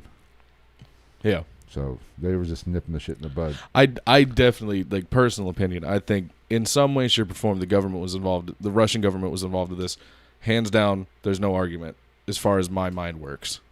They had to have something had to be going on. Well, and even if it doesn't have, like, there was something going on there either way. Even if it didn't have to do with this. Why was Samir or whatever his name was forced to be added late by an almost 40-year-old man when all these kids were younger than me? Yeah, they were either in school. I had fucking 8 to 10 years on, I'm pretty sure, every kid in here. They were either in school or grad students, so they were under 25, 26 years old. I don't even... 7-Eleven was an inside job. But yeah, like, and that's what I'm saying. Like, that can go, the UFO thing can go both ways with that. Right. Now, but I do find it, because... You want to get... What leads me to down the road of the government involvement is why, like, if you didn't care about people finding out you're doing something, why would you have them redact that from the statement? Right. Because there's something there you don't want people to look into. Yes. And keep as many eyes off of it as possible. And to what extent do we really know that they do that with UFO sightings? We don't. UFO evidence, yes. Sightings, nobody gives a fuck about because everybody thinks you're a kook anyway. But all governments downplay it. Yeah, and I think a lot of that is because it has something to do with them testing stuff. And they don't want people looking too far into it. And mind you, this is in the heat of the Cold War era, so they were probably doing all kinds of Russia was doing massive amounts of crazy shit to try to keep up or beat us. And it was the Cold War and the beginning of the space race. Yeah. And post World War II, so there was already a lot of experimental shit going on, especially with the Axis powers. Right. We all know Germany was trying. Basically, Germany effectively made a flying saucer. Yes. It just wasn't proficient at what they wanted to do. But you can see the video. It's out there now of they made a flying saucer that vertically propelled off of the ground. Yes. And actually floated there for a moment. Now they're in Antarctica, launching people to freaking Mars. And they're the current renters of Hollow Earth. Yes. They're down there with King Kong and Godzilla. They're having a party. And they're drinking Jeffrey Epstein. They're drinking beer, warm beer, in a big stein. The Clintons have a fucking timeshare there. I believe it. I would honestly, as crazy as it sounds to some people, Hollow Earth is one of the least phantasmical, crazy things that I can think could be real. You know what I'm saying? Like there's I'll believe that before I'll believe flat Earth. I just can't I can't do flat Earth, man. It just doesn't. It doesn't equate in my mind. I will say this about flat Earth: there are some weird questions. There are some weird questions that need to be answered. I'm not going with the space is fake shit. I'm not going. Yeah, see, and that's where it really dies for me is the space is fake thing, because like with the flat Earth thing, it doesn't work like that. I mean, unless the science that we think we know is completely wrong, it doesn't axis and like dimensionally, it doesn't work like that. I mean, here's my issue. Now, if they want to say the Earth is bigger than what, if you 100%. What we think, I will go along with that. That is why some of the numbers get a little funky sometimes. 100%. It's just like when you look at a globe, it's fucking massively misinterpreted. Oh, right. That's landmass of certain things. We're talking about Russia right now. Russia on a map looks like it's huge. It's not as big as people think. It's not as big as the It's just the United way it States. appears. It's just the way it's filtered out on the map. But then you also take into like Alaska can cover more than half of the United States. Well, Australia is fucking massive. And there's speculation that it is misrepresented on maps and globes as being too small. Right. And I think Africa's fucking huge. And it's a lot bigger than what the maps represent. So there is some funky shit going on. I will give them that. But when you sit there talking about space is fake in the firmament, eat all the dicks and kiss my ass twice. Oh, well, welcome, Carmen. Carmen has apparently listens at work and has never seen us live. Well, thank you, Carmen, for joining. I apologize for my fucking face. I appreciate you coming and joining the live stream movement that we have here. Are you Carmen Sandiego? Oh, and where are you in the world? Ha, ha, ha. Just, Carmen, ignore Gonzo. Yeah, Gonzo, he's a little strange. He will offend me at some point because he wants ice cream. And no, you cannot have any ice cream. Oh, that sounds good. I might get ice cream when I leave. Oh, speaking of when I leave, do you just want to do Patreon later this week? Yeah, and we can talk to Thor. Yes, and because I still have to get last week's Patreon. Oh, I forgot. And we need to cut a promo. Did you write something out for that promo? I was thinking about working on it tonight. So anyway, let's keep it moving. Let's get to Yeti. Talk Yeti to me. Oh, you want to talk Yeti? Let's talk Yeti. You want to talk 100% the fucking true occurrence of what happened? This was 100% the Yeti. I don't care what anybody says. I will not hear any of it. The fucking Yeti did it. Because Yeti. I don't believe a lot of the evidence, but you get me. You say Yeti, your boy's on board. I like it, but I don't think it happened in this case. Well, see, this is one of the most interesting things about the Yeti theory. For me, did you read about the note? The what? The note that was found near the campsite. One of the last diary ledger? I don't know. Okay. This was like a scrap piece of paper with a note written on it. Well, I don't think so. So, this is it is happenstantial as this could be, I find this fucking so interesting for this theory. Who the fuck is that? Oh, okay, never mind. Gonzo and Karma having a conversation now. No, somebody messaged me and I couldn't tell what the picture was. So, but I find this so interesting. They found a note near near the woods near their I believe their actual campsite, the one that they had abandoned. Right. And on this note, obviously in Russian, but loosely translated, said, "From now on, we know that snowmen exist."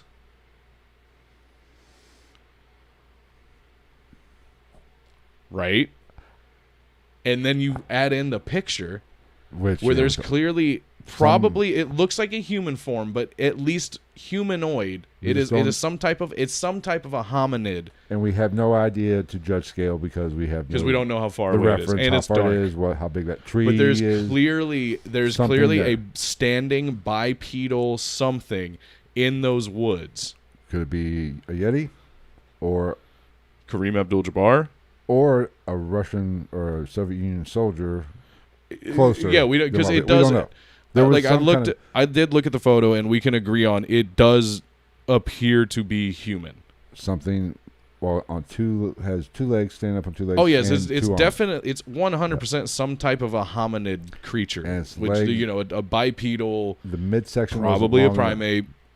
The midsection wasn't long enough to be a bear, whatever. Well, bears are very noticeable especially when they stand. They have a very their legs are kind of shorter, and they have weird. Their shoulders don't fucking come out like ours.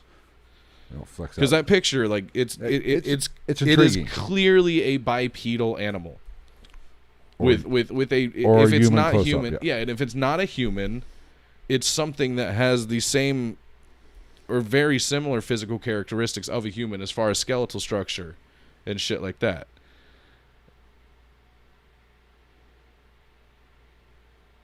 Super hairy man. Well, there is a lot of speculation out there that a lot of Bigfoot sightings and shit like that are just feral people.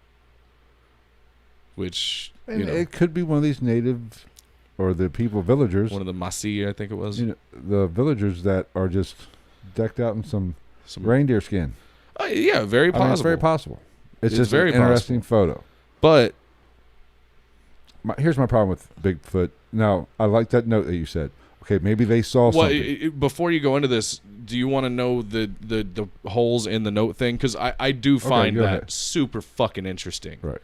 Go ahead. But one of the holes in that is apparently it was confirmed that while they had because they had a lot of time with each other, and while they're kicking it around the campfire on this expedition, blah blah blah, apparently they had this thing that they would do where they almost had they would almost curate a fake newspaper or newsletter almost to pass the time while they're just kind of cutting it up and fucking around.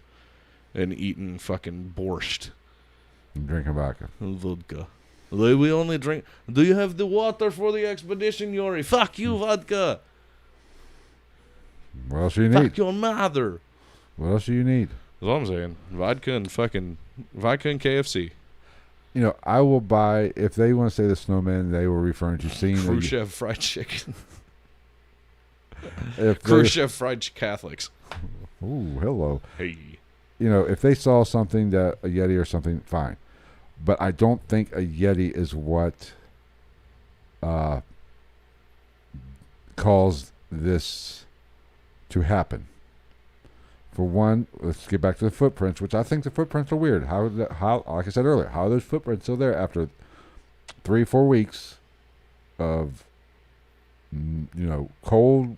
So it's one of those situations because if you have the perfect scenario, snow is phenomenal at preserving footprints and shit like that, but it does have to be a very specific, especially I could see it in a place like this, because if you're in a place where it gets that bitter cold, then you really have that potential with snow because everything just basically freezes in time, pun intended, for all intents and purposes. I don't think a Yeti was involved because there's no Yeti tracks found. Yeah. You think they see the Yeti tracks? Same reason why they ruled out the Mansi people having anything. Because if you're going after 9 people and you're an indigenous tribe, if you will, I don't know if they call them a tribe, you're not going in there 1 or 2 deep if you're going to go kill these people because they're invading on your fucking land. Right. And also, like I said, the Mansi must have been fine and known they were fucking there because they, at one point, they very well could have been within a couple hundred feet. And that's known fact that the Mansi were basically, I believe, just right on the other side of the river. And it wasn't the first expedition through this pass. No. So, like I said, there was geologists there not long before that kind of corroborated the UFO thing. Okay, what else you got before we... That's pretty much all I got. Give our final thoughts. You want to give your final thoughts, and then I'll give mine? On what I think happened? Yep. Okay, so me being me, I want the Yeti to be involved. And the Yeti will always be involved in my heart just because it's a fucking Yeti. And who doesn't like fucking... Well, I don't like the Yeti. He's really white. He's the Aryan Bigfoot. He's Aryan Bigfoot. He's a Bigfoot, got Bigfoot white privilege. Or maybe he's just leucistic. Maybe. Lack of melanin. It's a scientific term. We know. You're welcome. Here we go with your podcast. My snakes. Your snake podcast. Okay, continue. So, yeah, like I said, obviously every part of me wants the Yeti to be involved. Do I think there was a Yeti involved? No. Do I rule it out? No, I you can't rule it out just like I can't rule out the overall existence of these animals. You know what I'm saying? Right. Like, I could see it wouldn't, if we had evidence of the Yeti, like hardcore evidence that I thought it was 100% real, yeah, I wouldn't be surprised if somebody saw a fucking Yeti out in the woods and they're like, holy shit, and they dipped. Because who wouldn't? Who's going to see a 9-foot fucking gorilla man by their camp and not be like, no, bye. Like, I'm going to take off too. Either that or I'm going to start waving around a fucking torch. Personal opinion, I think it was a combination of multiple things that we've talked about. I think the what's the word I'm looking for? For one, the weather, and also the environment that they were in, which includes the weather, in my mind, inevitably had some type of input into the situation, be it the paradoxical undressing or something like that. The wind thing might have something to do with it. Either way, you're going to be going a little fucking stir crazy when you're out unprotected in this type of weather. But at the same time, I think that it all began due to the military, some type of military testing or UFO. That's where my mind is not made up. Right. Because my thing is, like, if it was a UFO, traditionally UFOs don't come down and hurt people. Billy Bob. Hey. No, like this though. They don't. Like, they might probe you or test you, but like, when do you hear about an alien invasion or an alien visiting somebody and caving their fucking chest in and shattering their skull? Maybe this was the first cattle mutilation. That was a great band. They started on humans. They said, "Oh, we feel bad about this. We'll just go to cattle from now on." Speaking of bands, if anybody is into slam metal, I got into this group called Necrotic Gore Beast, and they fucking wail. But Moon Union makes a good point. He says, "I've heard that Yetis are never alone. One distracts while the other moves behind you. Maybe the pick was the distractor." I don't know. Which wouldn't surprise me. Right. Okay, so you just think it could be a... I think it had something... in my mind, Russia, 1959, middle of nowhere, actively used and a known place used for military testing and missile testing. Yeah, I think, in my mind, the most plausible explanation has something to do with the Russian government. Carmen says there's nothing wrong with a big hairy man. Clearly, I'm not up your alley. Yeah, I'm big. You're not hairy. You're No, Asian. not at all. I got about 13 chest hairs. You can count them on one hand. Okay. Here's my final thought on this. Again, though, Yeti all day. I hope. I would love it to be Yeti. Like Right. It would be awesome. It'd be fucking sick. I shouldn't say awesome, but it would be a great explanation for this tragedy. Yeah. It would be one of those. It would at least lend some type of world-changing discovery to the crazy, fucked up deaths of 8 young people and one damn near middle-aged man who worked for the KGB. I don't give a fuck what anybody says. If I'm being totally honest, and you know me, I love the supernatural. I love the paranormal. I love me some Yeti, Bigfoot, E.T. I think we're on the same page with this by what you're saying. Well, but I'm honestly going to have to say there's nothing supernatural here. I think the you can't rule it out, but I can't. Right, I can't say 100%. But if I was looking at this with an open mind, I say, okay, something made the real issue. Everything that happened outside the tent is explainable. Of natural, hypothermia, possibly even infrasound. What explains what happened outside the tent. Now, yes, there's some weird stuff with the tongue and diaphragm being removed. But that's where it gets weird for me. But if a sound, maybe one of them really got crazy and yanked. I don't know. I don't think there's anything paranormal or supernatural outside the. I think a lot of the injuries can be explained by maybe the theory of the collapse. A lot of snow, wet, cold, frozen. Well, and that's what I said earlier is like people misconstrue because I do think an avalanche had something to do with it. But people think that an avalanche is like what you see in the movies. No, an avalanche is just the sudden movement of a mass of snow. Right. And if you think about it, like if you have let's say you have 18 inches of snow depth. You take a 10 foot by 10 foot wide area of that snow.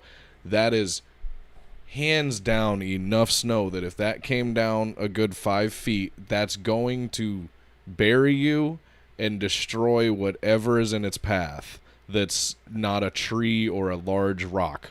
No. Like you're getting knocked the fuck over, your tent's getting fucking destroyed. You know what I mean? Like it's curtains if that happens. But my point is everything outside the tent is somewhat explainable with hypothermia, with everything we know about being in those conditions. Of course, we peak with viewers right at the end. The real question is... Love you. The real question is what got them out of the tent in such a hurry. Yeah.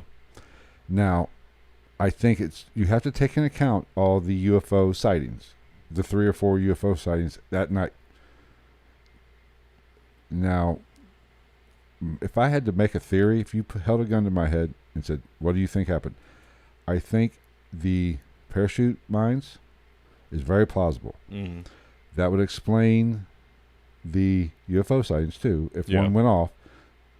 And if one went off, that percussion could have caused that mild or small little avalanche or that shit to cave down and 100%. Force them to make the exit. 100%. And that's why I say I would lean more toward that from what I because that's my other thing is like for all we know, they were out of that tent before the tent got fucked up.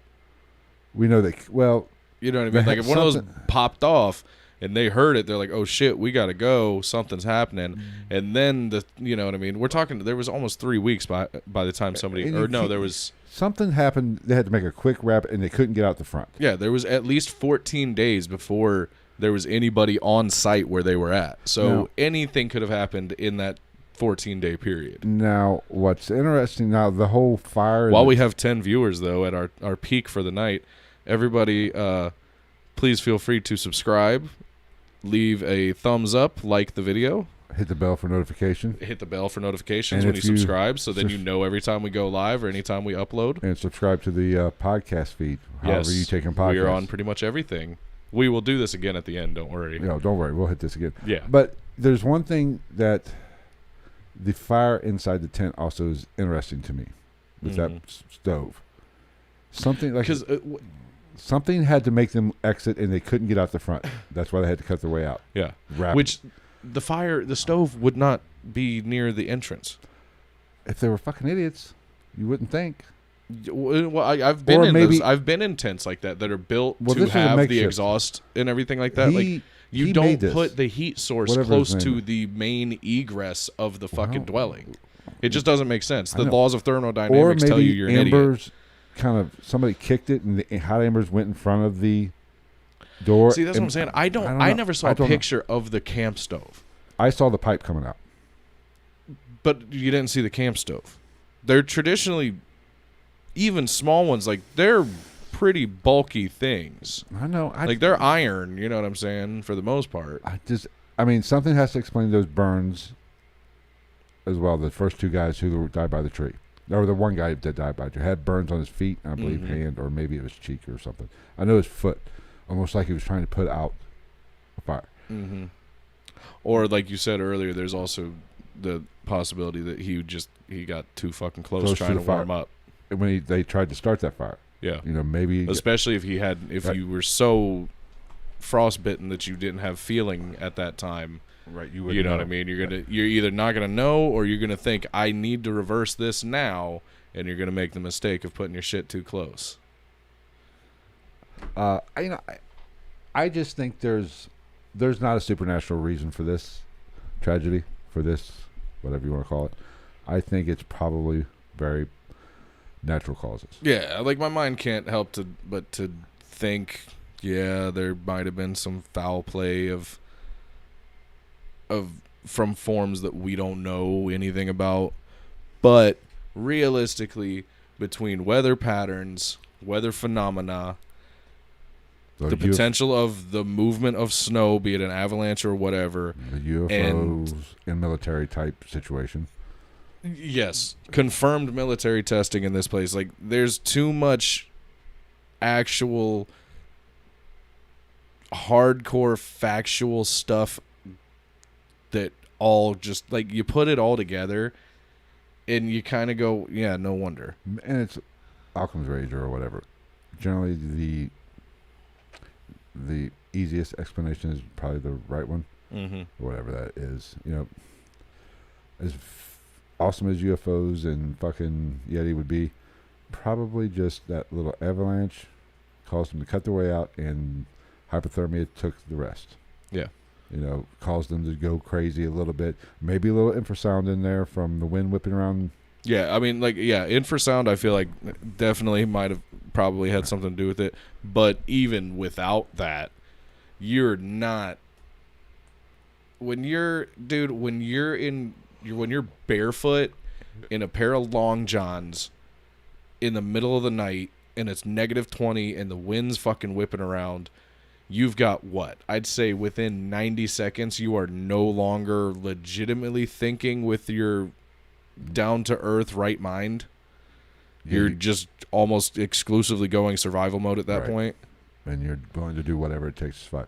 But, so, I mean, I'm going to say it's as cool as it be, there's nothing really paranormal or supernatural. Probably not. Probably not. I want it to be. I would love it to be UFOs and the Yeti. It would be. Working together. And the military. Actually, there's one theory you didn't hit. Military Yetis? There's one theory you didn't hit. Let's hit it real quick. CIA. Did you hear that one? This guy was I didn't dive into it. This guy that got forced on this group late, the 37-year-old, he had holes in his background, like a CIA or like a KGB officer would have. He was a World War II vet. That's the one that because I read that there's another one saying that they think that he was hiding out from the government because of war crimes. I mean, there's some people that say this was basically a hit by the CIA. Mm-hmm. This was, or I should say, on him. It was a meet between the KGB, this guy who was KGB, and the CIA, and he just tagged along for this. I think there'd be a much easier way to meet. And something went down. I don't see why you would involve 8 innocent people. 9 originally before Yudin backed out. But, like, I don't see why if it was going to be a government meetup like that of some fucking acronym companies. Can't they just do it like the movies, A Bridge Somewhere?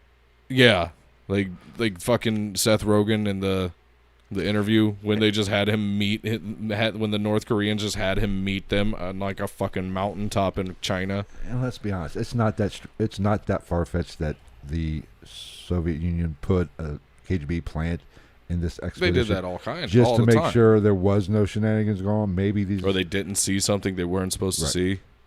Now, you think he would have been more prepared to survive and know kind of what they were going to face? That's the only kind of questionable thing about it. I mean, but okay, because my only thing I had that thought, and I'm like, then why would they all die, or why would he be dead? Why wouldn't he be the survivor to tell this heroic story of his comrades that died on this expedition? But if that was the case, chances are the KGB would have taken him out too. Right. So I don't think it's paranormal. I don't think it's supernatural. I think it's just a perfect storm of everything. Yeah. Probably a little military testing, which covers the UFO aspect of it, and the sightings, and then environmental things and hypothermia kicked in, and because you're in a fucked up place at case a closed. fucked up We time. solved the case. We cracked the fucking case. Case closed. It was the Yeti. A UFO Yeti They make fucking that whistled to infrasound. They were killed by a $240 cooler. Get it? Because Yeti. Yeti, I got it. Be better if they was in the Ozarks. All right, I think that's going to wrap up this episode. Or don't forget, we don't know when. We talked about it before we started the show. West Memphis 3. I'm excited to do this episode. I don't know when we're going to do it. It's funny because I was going to throw out Dahmer or Gacy.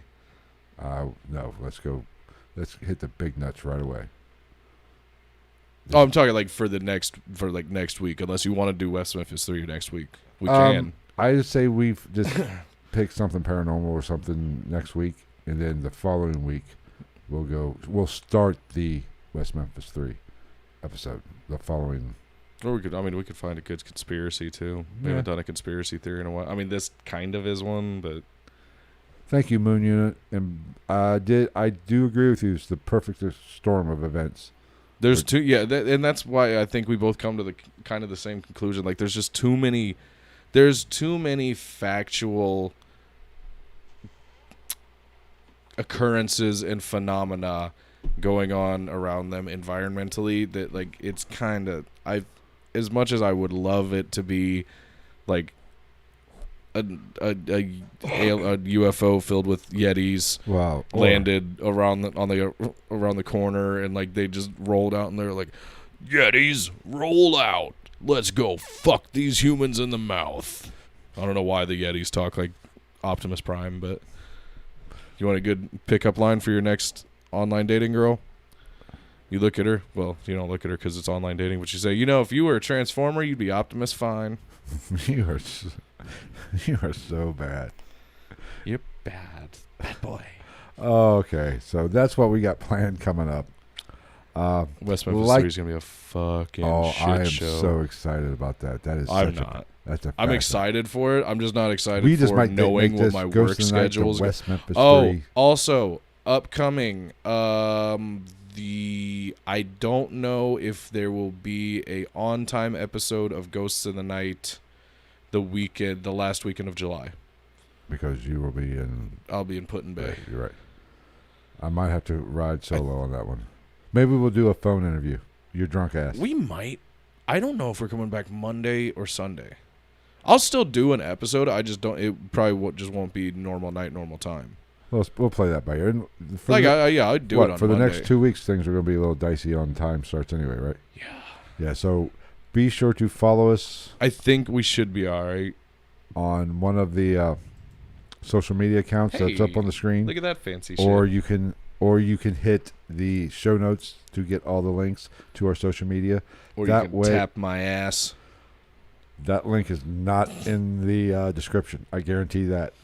We keep that close at hand. But that way when I do updates on the show start times. Like today we had to start an hour late, and I put it out on Twitter and Facebook. So be sure to subscribe or follow both of those. I thought about just taking a picture of myself at work and be like, we're going to be fucking late, and put it on Instagram. But I figured that's more of a cancellation theory thing. Yes. Oh, and while you're here, check out the cancellation theory, our other show. Which that times should be screwed up too, which is generally Thursdays at 8 o'clock. I think we're all right this week. And then the next week, actually the end of this week, I will not be at where I live for a week also. I'm dog sitting for somebody for like 8 days. Jesus. Yeah. What are you, the dog freaking whisperer? I'm fucking good with dogs. All right, but... And I'm trustworthy, I think, is the big one. Have they not met you? I am actually a very good friend. And, you are the best. And house sitter. Thank you, Carmen, for joining us tonight. I'm so glad you joined us, but continue to listen while you're at work as well. Yes. And make all your coworkers subscribe and listen to us too. Tell them you'll go postal if you don't. Force us on them. Yes. Ram us down their throats. Figuratively. And literally. Take your iPhone or your Android, or I don't know, your Razor if you got one. Just do they even make razors anymore? Yeah, they came out with a new one. It's a smartphone that bends. Oh, is that the one that bends? Anyway. Yeah. They're like fucking $2,000. It's so stupid. If you want bonus material, be sure to go to patreon.com. Patreon will be late this week because we're going to do a little phonesies with the guy that suggested this topic months ago. And we wanted to kind of get him on here, but things didn't work out. He's working. Yeah, he's working. So, but you can get bonus material at patreon.com/GITN podcast. Or you can also, if you want to support the podcast, another great way is to go to Spreadshirt. Oh my God. And get our merch. They're so pretty, y'all. We have t-shirts, hats, beanies. Cramps, apparently. God damn. You know, that's a great way. I might have drank a little too much last night. The link is on the screen, or it will be in the description or the show notes of the podcast episode. Yeah, there's so much shit on that website. I'm pretty sure you can get like tote bags. I think there's like aprons and shit. iPhone covers is it really iPhone and yeah, iPhone. I don't know. I've got a fucking bust ass cheap kid phone. Like nobody makes covers for my phone except like actual phone cover companies. But that is a great way to support the podcast. Either that or Patreon, either one. We don't care. Yeah, hit us up. Travis trying to get an iPhone 12. Yeah, and I try to, I'm trying to supply my alcohol problem. I'm also trying to start throwing money into my retirement account again. That'd be great. That would be awesome. No, we need to get a new camera in my and stuff account in like 6 years. We're trying to get new cameras and upgrade the equipment a little bit to get a better experience for you guys. And a really cool GITN studio sign that's pink. Because like I want to make it myself, but at the same time, it'd be so nice to just order one and pay the. Right. It's like $250. Yeah. And I don't have fucking $250 to spend on that right now. We'll figure it out. But that is basically, if you support the podcast, that's what it goes to. It just doesn't go to my bar tab. That's the thing. A lot of people, I feel like we're at that line of like people think podcasting, blah, blah, blah, blah, blah, has this connotation to it. Not all of us make money. I'm not saying like I love doing this and I love everybody that listens and I'm going to continue doing it whether we make money or not. I enjoy it. But yeah, at this point, that I had to explain that to people. Everybody's like, "You make money off this?" I'm like, "Dude, there is money coming into this show." Very little, but not a lot at all. But like any of it that we do get is all, as of right now, it's just sitting in an account, waiting to be withdrawn to be used for improvements for the show. Because we don't, if we're gonna make money off of this, like actual money that we make for ourselves as profit, we're not going to do it without improving everybody's experience. Get a better camera, get better lighting, get cool backdrop stuff, decorations. I don't know, maybe a fucking pole dancer. I'm still liking the recliner idea. Get rid of these chairs, get rid of the desk, and we just sit in the recliner, which might be coming up. It's not a bad idea. I'm liking it. As long as they fit. Oh, I'm pretty sure they'll fit. We'll be a little close, but they'll fit. Perfect. Gonzo will get his erect on that. All right. But that's what, if you support the podcast, it goes to. I think that's about it. Like I said, subscribe or follow us on the social medias just to keep a idea of when we're going to go live here the next couple of weeks. Yeah, because once again, things might get a little wonky. It's going to be a little hectic because of work schedules. So be sure to subscribe and follow to those social medias. We're having technical difficulties with the Book of Knowledge. Oh my God, you're killing me. Sorry, I've grown to love this book, dude. It's just so much useless shit. All right. Be sure to subscribe however you take in the podcast. And also, I forgot what I was just going to say. Oh, share. Share it with your friends. Yes. We joked, Karma, about ramming us down your friend's throat, but that is how the podcast grows. It's organically. It doesn't come through paid ads. So if you like us. And don't think we're telling you to do it so we don't have to do it, because literally anytime him and I are in a fucking public place together, at one point he will turn around and go, there he goes. He's politicking about the podcast. And the next thing I know, I'm getting one of these. Come on over. Yeah, I'm like, you talk to him. He's the smart one. I'm just the one that initiates. Yeah. So be sure to share it. That is really how we get this podcast to grow. So until next week, we greatly appreciate you guys. Take care, and we'll see you next week. We're out.